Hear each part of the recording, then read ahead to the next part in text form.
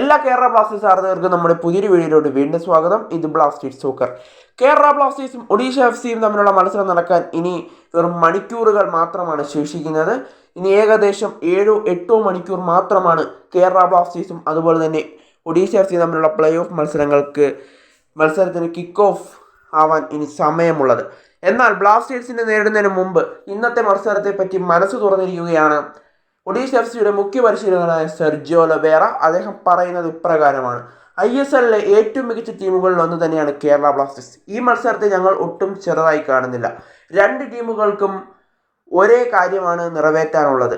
ഒരു മത്സരമേ ഉള്ളൂ. രണ്ട് ടീമുകൾക്കും ഒന്നാണ് ചെയ്യാനുള്ളത്: സെമിയിലേക്ക് മുന്നേറണം. അതുമാത്രമല്ല, ഞങ്ങൾക്കിവിടെ രണ്ട് അഡ്വാൻറ്റേജ് ഉണ്ട്. ഒന്ന്, ഞങ്ങളുടെ ഹോമിൽ വെച്ചാണ് മത്സരം നടക്കുന്നത്. രണ്ടാമത്തെ കാര്യം, ഞങ്ങളിപ്പോൾ മികച്ച രീതിയിലാണ് മുമ്പോട്ട് പോകുന്നത്.